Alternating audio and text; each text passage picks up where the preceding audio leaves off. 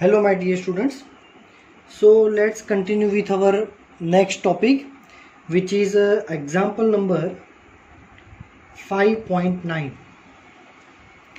I am reading the question. Please pay attention. What is the acceleration of the block and trolley system shown in figure? So let's visualize the diagram. ये एक surface है, ground surface, और ये ground surface पे एक trolley है.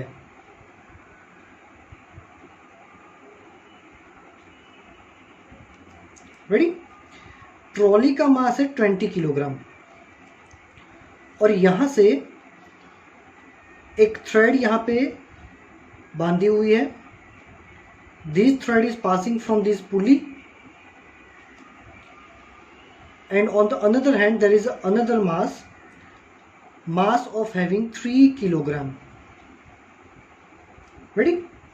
चलो, so obviously thread पे टेंशन लगेगा और ये पूरी की पूरी एक ही थ्रेड है. सो मैंने प्रीवियस लेक्चर में जैसे बताया था कि अगर एक ही थ्रेड है तो पूरी थ्रेड पे टेंशन कैसा रहता है? सेम रहता है. Now we need to find the acceleration of the block and the trolley system. अब एक्चुअली में होगा क्या कि ये 3 kg है, ये 3 kg due to the effect of gravity ये 3 kg नीचे जाएगा और उसकी वजह से क्या होगा कि ये ट्रॉली आगे आएगा. जितने एक्सेलरेशन से ये नीचे जाएगा उतने ही एक्सेलरेशन से ये आगे आ जाएगा. जितनी वेलोसिटी से ये नीचे जाएगा उतनी ही वेलोसिटी से ट्रॉली आगे जाएगी.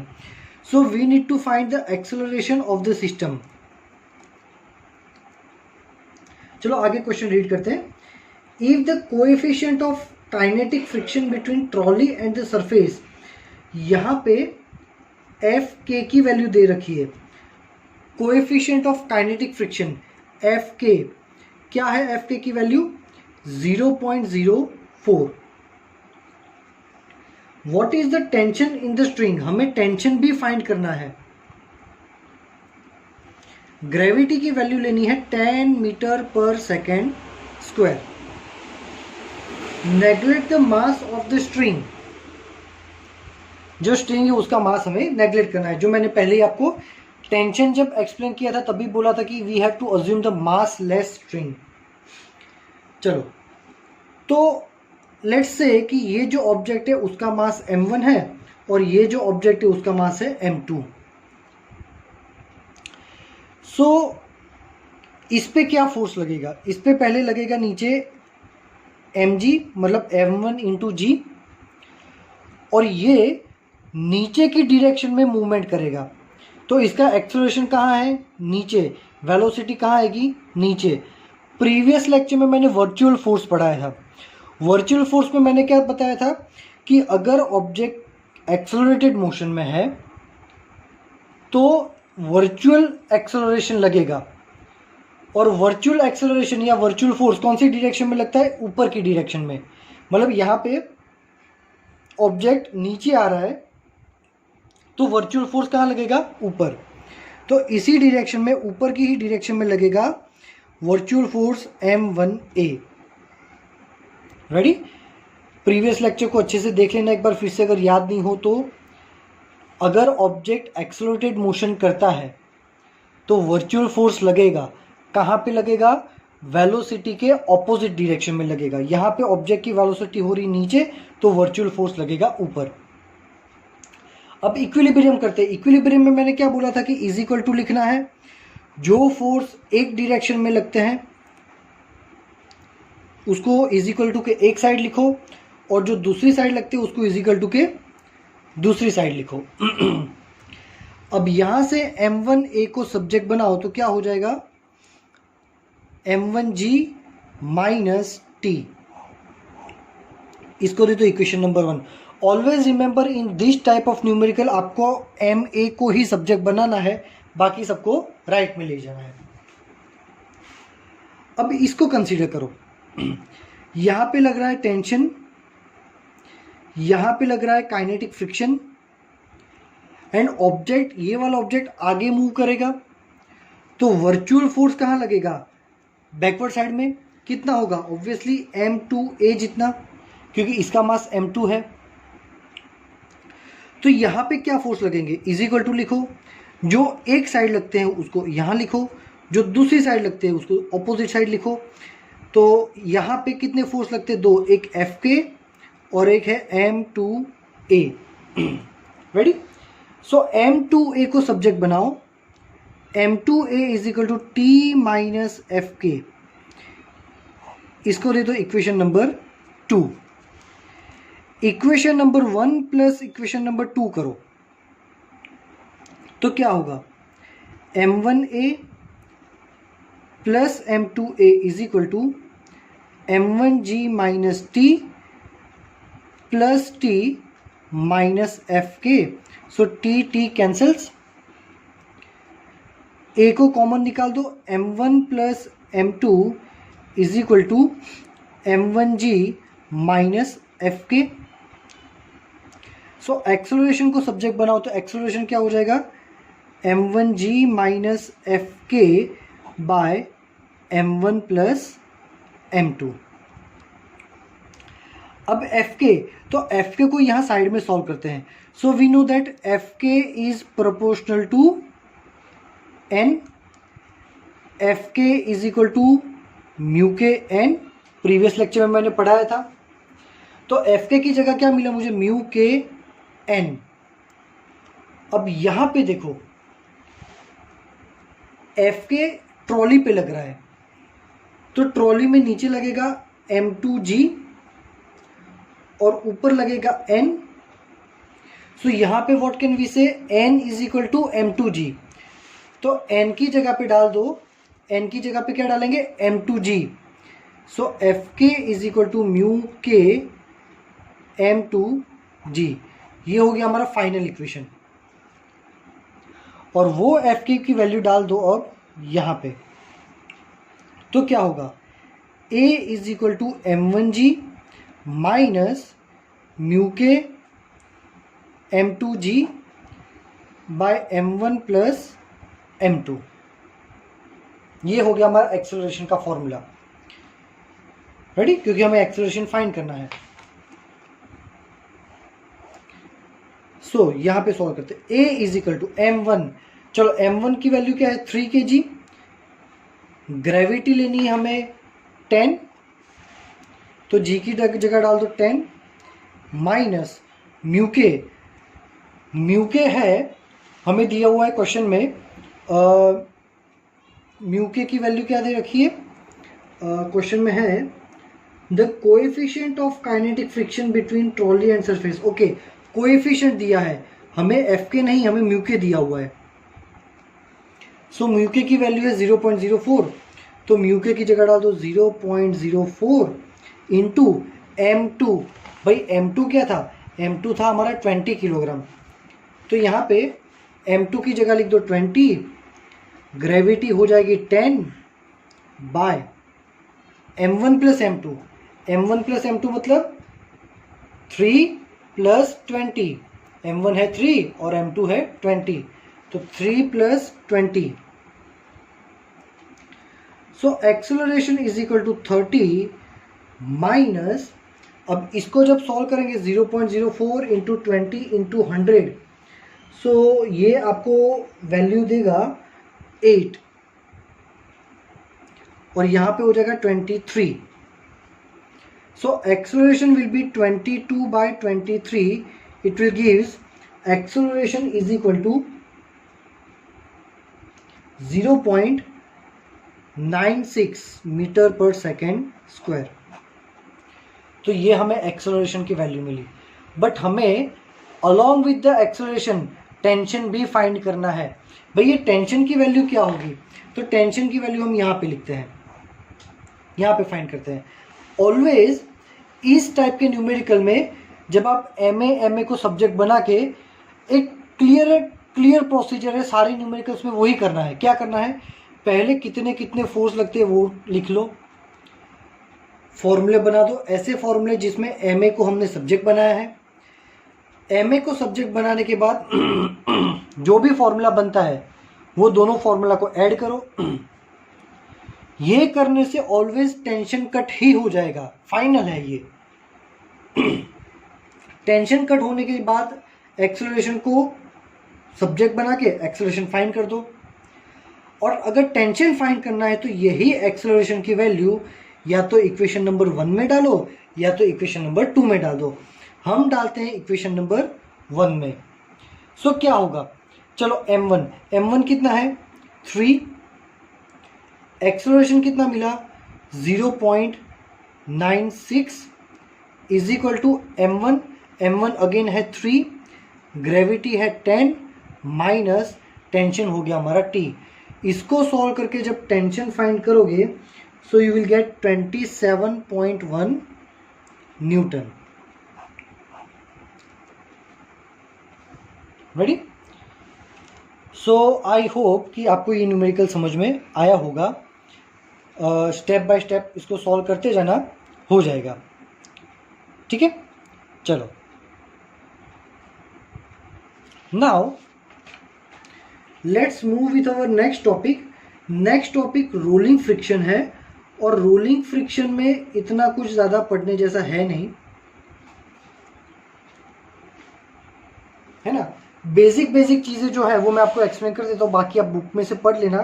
कोई पैराग्राफ नहीं समझ में आ रहा तो बता देना, because it is not that much important concept. Rolling friction में क्या होता है कि देखो, मान लो कि ये ऑब्जेक्ट है जो कि रोल कर रहा है। रोल करना मतलब वो ऐसे गोल घुमा रहा है। It is only rolling, only rolling. ये हो गया, मान लो वो घूम नहीं रहा पर आगे जा रहा है, ओनली स्लिपिंग। तो ये स्लिप क्यों हो रहा है, रोल क्यों नहीं कर रहा? क्योंकि ये केस में फ्रिक्शन 0 है ना।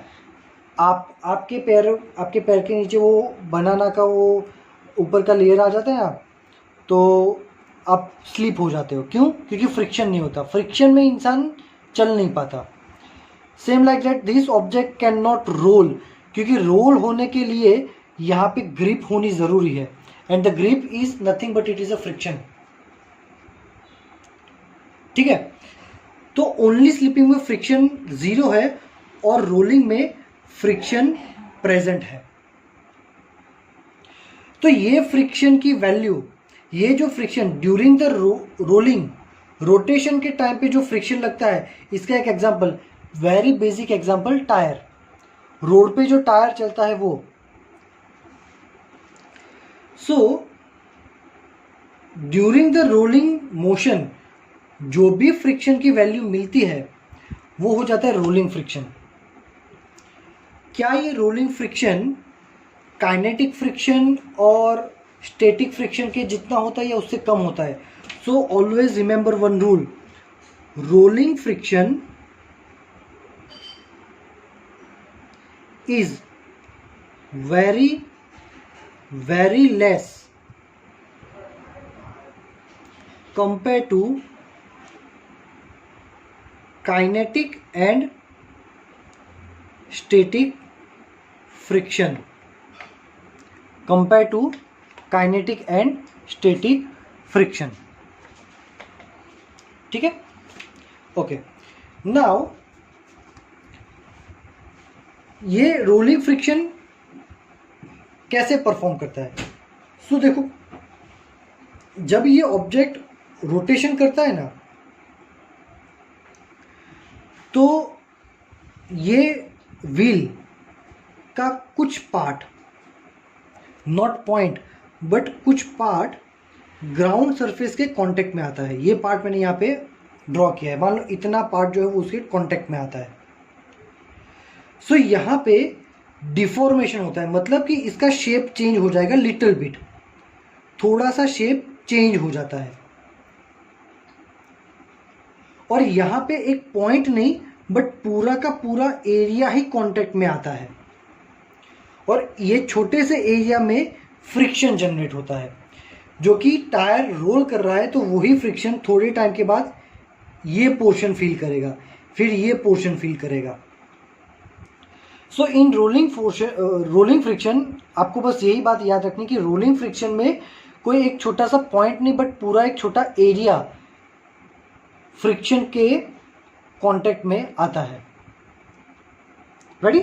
सो बस इतना ही इंपॉर्टेंट कि ये रोलिंग फ्रिक्शन को दूर करने के लिए क्या करते हैं, बॉल बेरिंग यूज करते हैं, ग्रीस लगाते हैं, है ना। कभी कभी दो लेयर के बीच में एक एयर का, जैसे कि ये एक लेयर है व्हील का और ये ग्राउंड सरफेस, उसके बीच में एयर रख देते हैं, एयर का एक पतला लेयर बना देते हैं, है ना। तो यहाँ पे आपको कुछ एग्जांपल्स दिए हैं कि भाई ये एक व्हील है और ये एक व्हील है, दो व्हील के बीच में फ्रिक्शन ना हो इसलिए बॉल बेरिंग यूज करते हैं, क्योंकि बॉल बेरिंग जो है वो सर्कुलर ऑब्जेक्ट है और सर्कुलर ऑब्जेक्ट में रोलिंग फ्रिक्शन बहुत कम होता है। फिर यहाँ पे दिखा है कि भाई एयर कुशन बना दिया है हमें, ये बलून और प्लास्टिक डिस्क के बीच में क्या किया है, एयर कुशन बना दिया है ताकि फ्रिक्शन कम लगे। तो ऑयल लगाते हैं, ग्रीस लगाते हैं, बॉल बेरिंग यूज करते हैं, एयर कुशन करते हैं, ये सब उसके ये फ्रिक्शन को रिमूव करने के लिए उसके नुस्खे हैं ये सारे, ठीक है। सो यहाँ पे रोलिंग फ्रिक्शन कंप्लीट होता है। एक बार बुक में पढ़ लेना, कुछ लाइन कुछ पैराग्राफ नहीं समझ में आ रहा तो उसको ऐसे बॉक्स बना के मुझे सेंड कर देना, व्हाट्सएप मैसेज में दिखा देना, बोल देना कि सर यहाँ से लेके ये पैराग्राफ नहीं समझ में आया, मैं उसको दूसरे दिन फिर से एक्सप्लेन कर दूंगा। चलो next very very important concept, circular motion.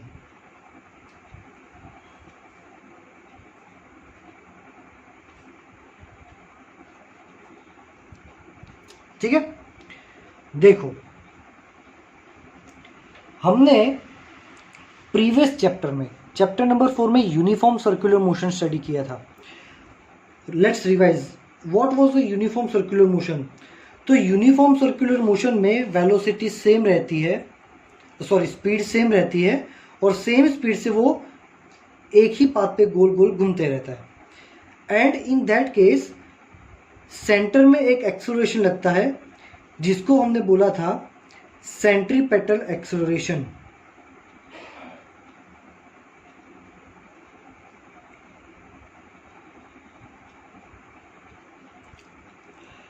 अब हमने यहाँ पे Newton second law of motion में क्या देखा था, F इजिकल टू ma।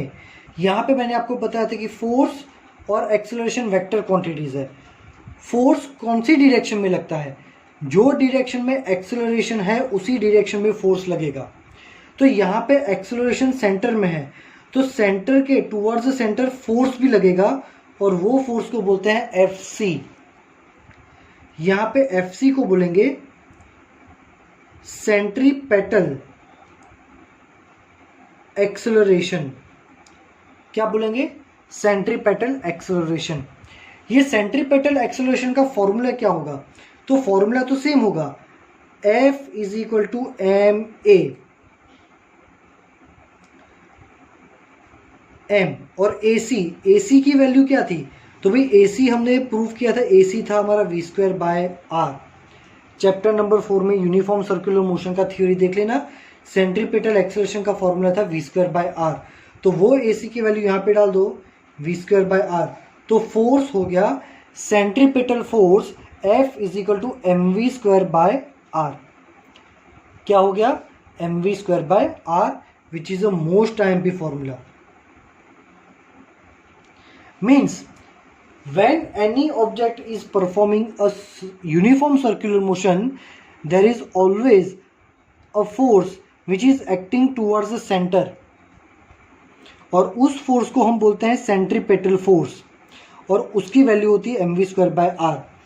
तो मान लो कि कोई ऑब्जेक्ट अगर गोल गोल घूम रहा है, एक एग्जांपल लेते हैं कि मेरे पास एक स्ट्रिंग है, डोरी, जिसको मैंने, उसकी लेंथ है L और यहाँ पे मैंने एक ऑब्जेक्ट बांध दिया है M और उसको अब मैं ऐसे गोल गोल घुमा रहा हूँ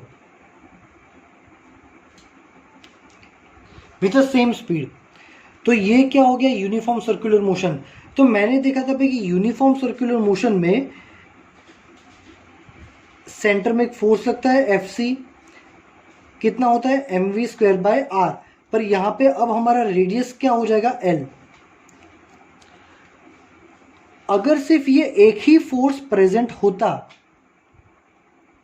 तो due to this force object जो है वो अंदर आ जाता टुवर्ड्स द सेंटर ओ, बट ऐसा नहीं होता। मतलब जितना फोर्स अंदर लग रहा है उतना फोर्स बाहर भी लगेगा, और ये फोर्स को बैलेंस कौन करेगा, तो थ्रेड का टेंशन। क्योंकि मैंने आपको बोला था कि टेंशन जो है वो 2 पॉइंट पे लगता है, ये पॉइंट की वजह से यहाँ लगेगा और ये पॉइंट की वजह से यहाँ लगेगा टेंशन। और कंसीडर हम दोनों में से कोई एक ही टेंशन यूज़ करते हैं कंसीडर करने के लिए। तो यहाँ पे ये सेंट्रीपेटल फोर्स को बैलेंस करने के लिए है हमारा टेंशन। तो यहाँ पे इक्वेशन क्या बनेगा, T is equal to M V square by are.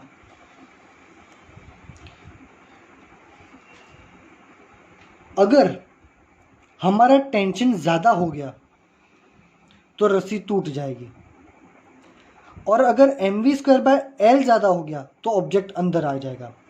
But ऐसा कुछ भी नहीं हो रहा, ना थ्रेड टूट रही है ना ऑब्जेक्ट अंदर आ रहा है, दोनों ने एक दूसरे को बैलेंस करके रखा है, ये उसकी कंडीशन है। तो इसका एक और एग्जांपल है, जैसे कि मान लो यह है अर्थ और उसके सराउंड में मून जो है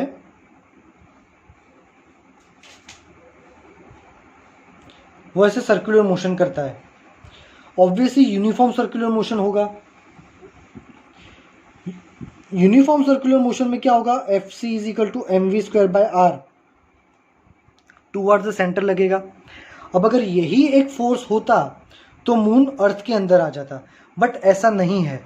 तो यहाँ पे तो थ्रेड भी नहीं है इसके जैसी, थ्रेड पे ही टेंशन लगता है, तो यहाँ पे तो थ्रेड भी नहीं है।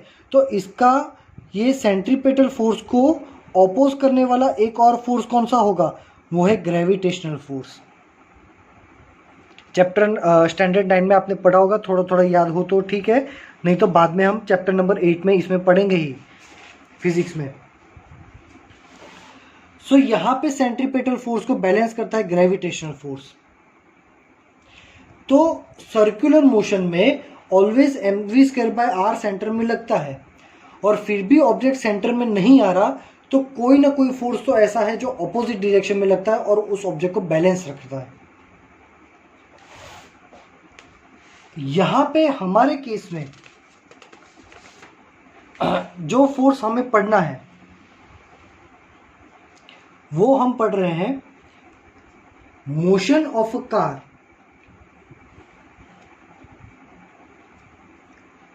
इन लेवल रोड। रेडी, चलो मान लो कि ये लेवल रोड मतलब क्या, motion of a car in level road. भाई लेवल रोड क्या होता है, लेवल रोड मतलब सीधा रास्ता।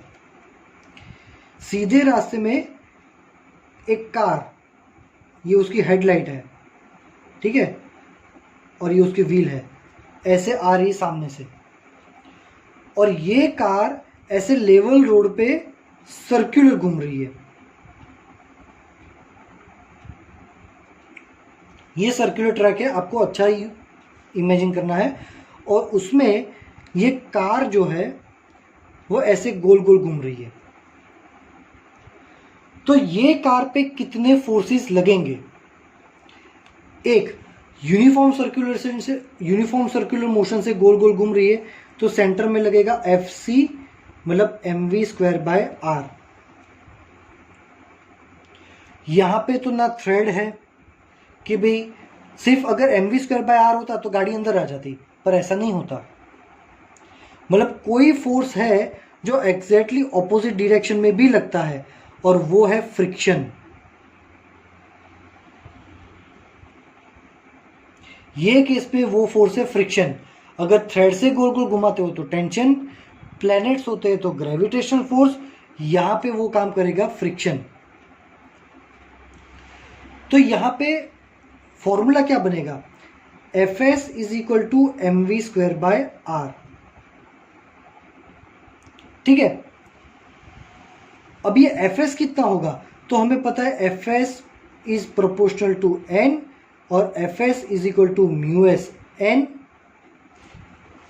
यहां पे ऊपर लगेगा एन और नीचे लगेगा एम जी, तो always N is equal to M G होगा, तो यहाँ पे N is equal to M G डाल दो, तो F S is equal to mu S M G. ये एफ एस की वैल्यू डाल दो यहाँ पे, तो क्या हो जाएगा, mu S M G is equal to M V square by R, M M cancel, so V square is equal to R mu S G. तो इसमें से v को सब्जेक्ट बनाओ तो v हो जाएगा under root mu S R G. ये मिल गया हमें v मैक्सिमम, मतलब किस चीज का v maximum, maximum safest velocity to travel in level road without slipping. देखो कभी कभी आपने सुना होगा कि अगर ज़्यादा स्पीड से कार में टर्न लेते हो ना, स्पीड बहुत ज़्यादा और ऐसे स्टीयरिंग में घुमा दोगे तो कार कभी कभी रोड से गिर जाती है। ऐसा एक्सीडेंट आपने बहुत बार देखा होगा। हाई स्पीड में आप कार में बैठे होंगे और कोई टर्न लेगा ना, तो आप बाहर की तरफ फोर्स फील करते हो। कभी कभी ऐसा होता है कि बहुत ज़्यादा स्पीड से टर्न लेता है तो गाड़ी रोड से बाहर चली जाती है। क्यों? वो केस में तुम्हारा ये एफ एस बढ़ जाता है। रेडी? सो हमें ऐसी स्पीड फाइंड करनी है, ऐसी मैक्सिमम स्पीड फाइंड करनी है, मैक्सिमम स्पीड और वो भी सेफ, कि जिससे मैक्सिमम स्पीड से मैं टर्न ले लूँ फिर भी मेरी गाड़ी स्लीप ना हो। उसका फॉर्मूला है ये, maximum safest velocity to travel in a level road without slipping. तो लेवल रोड की मैक्सिमम सेफेस्ट स्पीड का फॉर्मूला है under root mu S R G. Ready? ये है आपकी टेक्स्ट बुक में फॉर्मूला फॉर्मूला नंबर 5.18। ठीक है। नेक्स्ट लेक्चर में हम देखेंगे कि अगर ये रोड ऐसे सीधा नहीं होता बट ऐसा होता, स्लोप वाला और सर्कुलर होता, डेथ वेल जो होता है ना, मेले में देखते हो ना मौत का कुआं, डेथ वेल, उसके जैसा, उसमें ये कार ऐसे ट्रैवल करेगी, ये हेडलाइट मतलब ऐसे ट्रैवल, ऐसे यूं गोल गोल घूमेगी। वो केस में मैक्सिमम सेफेस्ट स्पीड का फॉर्मूला क्या होगा वो हमें फाइंड करेंगे, बट वो हम देखेंगे नेक्स्ट लेक्चर में।